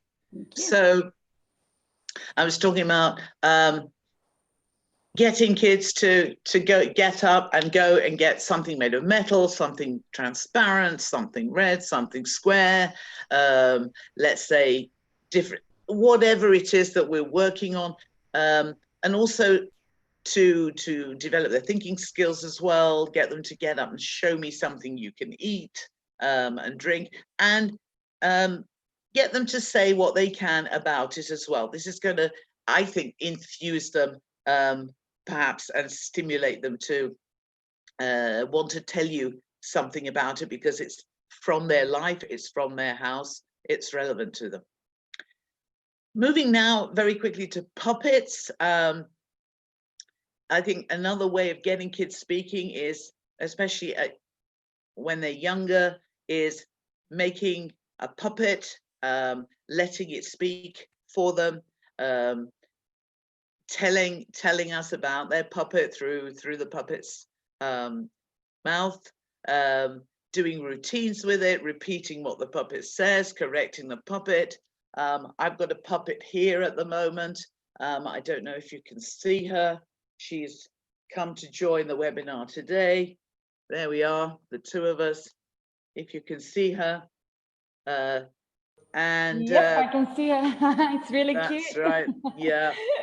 And yeah, she's saying hi. Hi. Hi. This is Mimi. And Mimi, we could, oh. yeah, we could do all sorts of things. As you can see, we could do a little red carpet ceremony and say, well, this is Mimi. Today she's wearing a red skirt and a red and white stripy t-shirt, and she's wearing purple tights, and each child could bring in a little puppet and work on language. For example, what's the puppet wearing? Present continuous. They could work on the future tense without knowing what they're working on, but we set up an activity in such a way that they're practicing the language with their puppet. So Mimi's just going to go to the toilet, excuse her. off she goes. And I'm going to move to the next slide. So this Mimi is a puppet that obviously we had in the classroom, but not everybody has a Mimi at home. So they can make a puppet. If you can just see, I'm sure everybody does use puppets, but for those who might be new to teaching, yep, there's a whole load. And you can see the different materials that they're made of. Can you see that? Yeah. So the finger ones are very cute and probably the easiest of all. Obviously, children might, if they're younger, they might need a little bit of help from mom and dad, but third graders, fourth graders, perhaps could certainly make their own. Little couple here, little couple there, and use them to talk about themselves. Fred and Frida, perhaps, have been married for a while, etc., etc. So we've got, as you can see, from paper bags to sponges to socks to old sleeves of old jumpers. Before you throw it away, cut the sleeve off, and you can make a puppet out of that. We can make puppets, edible ones too. Again, they're at home now, so maybe mum or dad can help, or an older sister, to make cookie puppets, stones, leaves, a lot of different possibilities. Yeah, any kind of junk, that's right, can be used to make a great puppet. And this is going to help kids, inspire kids to talk about them, talk with them. Now, we can make things even more stimulating by, again, asking parents for their help, maybe to set up little theatres using different kinds of boxes, as you see here on this slide. So we have another little couple here working within a nice little box. This is a good time for boxes. There's a lot of parents, a lot of people are ordering online, so lots of boxes around. Once they're disinfected of any potential coronavirus, then they can be easily decorated and turned into a little theatre, and kids will be stimulated, hopefully, to carry out all kinds of little dramas, little plays, little stories. We have a few more ways here in which kids can do little dramatic dialogues, or repeat little bits of stories that you've done with them, using a plastic tablecloth with a square cut out here, for example, or a little curtain draped over the bunk bed here. We've got a shower curtain theatre here, or just a cardboard box, which maybe, again, mum or dad can help put some curtains in it, and it's portable, and kids can play with their spoon puppets, their sock puppets. And when I say play, is we've got a television here from a cardboard box. We're talking about telling you things, telling a story, and there are lots of ideas here in this reference. I can share this PowerPoint with you after the presentation, so you'll have all these sources. And another thing which a lot of teachers are doing now is asking parents or immediate members of the family, maybe big sisters, big brothers, while the children are doing their little performances, to make a video of the children as they speak, as they use their puppets, as they tell their little stories. Maybe there are 3 or 4 children at home who are all learning English, who all want to join in. So a whole family could put on a little mini play, and a little video taken by someone at home can be shared with the teacher on WhatsApp, or can be shared on Google Sites. for the teacher to sort of keep stored so that their phone is not overburdened. It can be a beautiful motivation for kids to want to say something that's going to go up and be shared perhaps with other children or on the school website. So the puppets are going to help children perhaps to speak, to be less shy because it's not them. And if we as well use puppets who make mistakes and behave badly, they can be again an example for kids. They can show kids that it's okay to make mistakes. They can show kids that it's okay to sometimes get bored and fall asleep, or go to the toilet like Mimi did. I think she's back now. She's here with me. So it's okay. And kids very often, as you know, tend to show more empathy towards puppets than they do to teachers. Okay, so because time is moving on, I want to move now to the slightly older kids in the spectrum, the orthogonal kids, the teens. So I'm going to say, Mimi, if you need to go and play now or run around or whatever you want to do, or you play with the cat, off you go. Bye-bye, everybody. She's saying bye-bye, bye-bye, bye-bye. And we're coming to this other group who have now changed suddenly, and there they are sitting, sulking, looking at us. And some of us teachers are baby boomers from a whole different generation. Some of us teachers are X generation. Some of us teachers are Y generation. If you can see your date of birth, you can work out which generation you belong to. I would think most teachers today are either Y generation or X generation, but some of us baby boomers are still lurking around. And the thing is that our kids, young and both very young learners and also in orthogonal, are a different generation. They are the Z generation, the Z generation. And this generation very much is motivated, is smart, it's practical, but it's also very independent, and they like learning by doing, they like studying with friends, they like working on Skype, and this is something that's very important. And I want to point you to perhaps the British Council website, because I found a lot of inspiration in there, where you have a whole free downloadable booklet here, which tells us how we can actually help students to become global citizens in the English language classroom, online or face-to-face.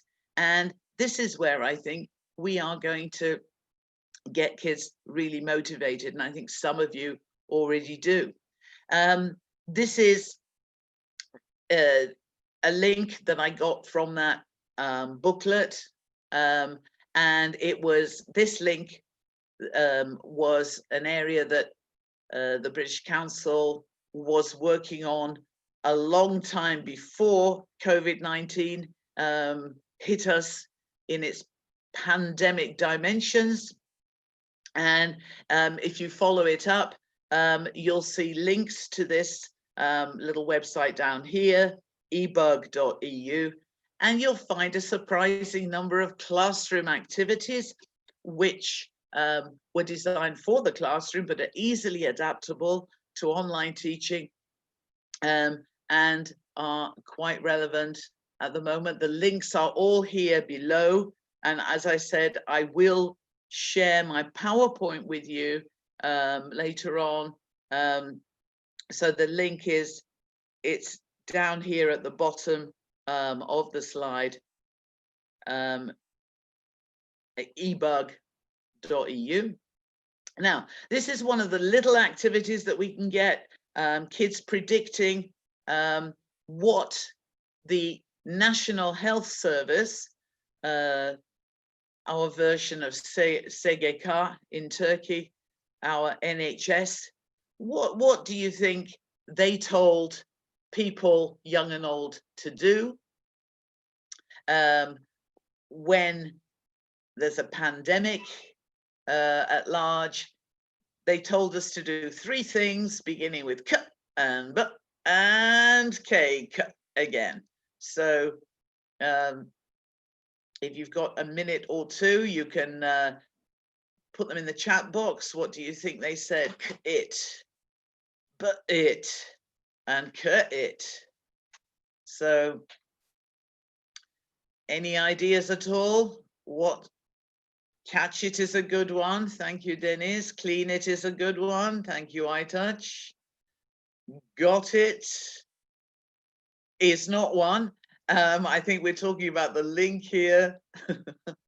All right. So because I don't want to, I don't want you to miss the next little sharing thing, I'm going to move on. It is in calm. It is a good one too. It was, in fact, catch it, bin it, and kill it. Cook it is a good one, Dilek. If you can, cook it, but make sure you kill it. Okay, so from a small activity like that, which involves kind of kids brainstorming words, we've got whole lesson plans. And I think here we have a nice opportunity for kids to try out experiments with their family at home. This is a lesson which was designed for the classroom, but it's, I think, easily adaptable. Getting kids to smother their hands in Vaseline and then glitter, and then try washing them in water, washing them in soap, washing or not washing at all, and then trying to shake hands with members of their family at home and seeing the result. And as you can see, there's an extension here. You could try different kinds of soap and see how the different soaps perform, and write a little report or talk about, present your results. And I think parents would also appreciate the results of this presentation, because they'll find out which soaps they should buy and which soaps they should stop buying. So that's a nice little meaty activity. There's another activity again here on this website about coughs and sneezes. Again, the classroom activity would not be possible here, but there's a little experiment here that we could use, getting kids to use a little squeezy bottle, filling it with water, spraying it perhaps on a piece of card, and then measuring how far the water went on the card, how many drops, and then again talking about the results of their experiment, and if possible trying out different kinds of masks, maybe a scarf, maybe a sock, maybe a surgical mask if it's available, and reporting the results to each other in the class. So they've got a reason to talk, to share. And again, if someone can take a video, make a video of them while they're doing their experiments, again, they can talk while they are performing their experiment. And again, it can be sent to the teacher to share with the class via WhatsApp or put up on Google Sites. Now, some of you mentioned e-twinning, and for those of you who are not familiar with e-twinning, this is an opportunity to partner up with another school in another country who might also be carrying out joint projects, not just about COVID-19, that was just an example, but about a lot of other important global issues. And kids really will have the opportunity to meet up with other kids their age, and they're going to have to speak in English. They're going to work on their fluency. They're going to work on, obviously, their accuracy if the kid's on the other end of the Skype call or whatever platform they use, if they can't understand them. So again, this is an excellent opportunity for kids to be actually active in joint projects, to present to each other, and to develop their language. And this is true of any topic. So whatever your course book, whatever topic you're looking at, let's say food, for example, there are always issues behind that global topic.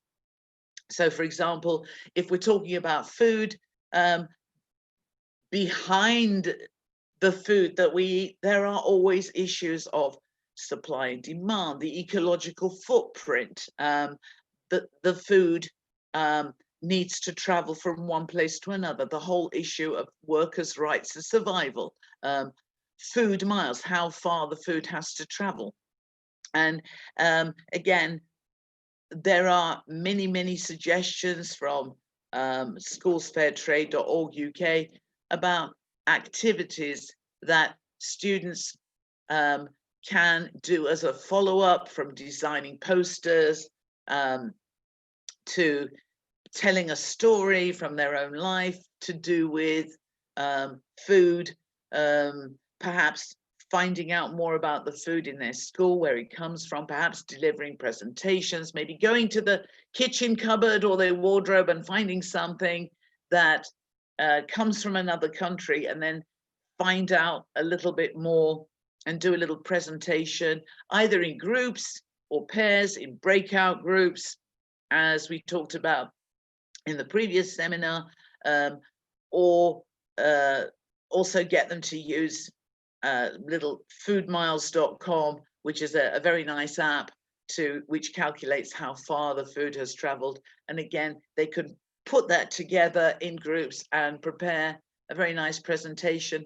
And so they will not only be presenting and using their language, but they'll also be actually perhaps having an impact on what happens in the future with issues like this.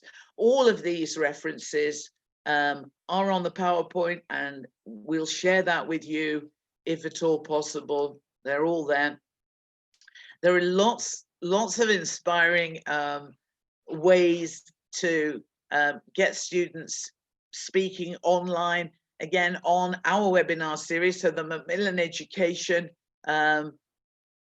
website also has a teach from home section with many and whole very rich archive of webinars which help me every day, and are there available free of charge for all of you to go in and get new ideas on getting kids speaking and using online tools to actually help them to do that. So just about made it, I think. Yeah, so perfectly, good timing. if there are any questions at all, we can, I don't know if we have time set up, but we could. There are literally questions saying, thank you so much, Teresa, this was useful, great ideas. So. Literally just nice things, nothing really bad. But thank you, Mr. Edley. I think now all teachers know how to develop speaking skills, because the ideas you gave us were like amazing. And I had a really nice time listening to you this afternoon. And I do believe as teachers, we have enjoyed and got good understanding of how to develop our speaking skills. I really thank you from the bottom of my heart. Seriously, it was great.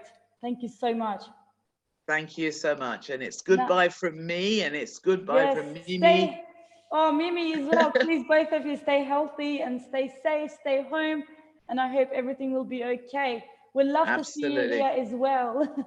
Thank you very much. Take care. You Take too. care, everyone, too. And I'm glad to hear your time was not wasted. That's great. I'm really happy about that. Mimi's a bit shocked, but she's happy as well. Good. That's the most important thing, making Mimi happy. Yeah, that's right. Yeah. Okay. Thank you. So, now, everybody, I can't thank you all enough for joining us today. And on behalf of İlgi School, I am also thanking you all, and as well as our guest speakers who gave us all this wonderful information and experience. Just before finishing up, I would like to say a word to you guys. My beautiful teachers, you are all like candles. You consume yourself to light up the way for it, okay? Thank you. Stay happy, stay positive, stay healthy, and stay home. Okay, with the certificates, it will be sent by email today or tomorrow, but as soon as possible. So don't you get worried. It will come through the email and you will print, write your name. That's it. So please don't be worried. You will get the certificate. And thank you so much, everyone. Thank you. Take care of yourselves. Stay healthy and have a nice day and afternoon. Thank you. Goodbye for now.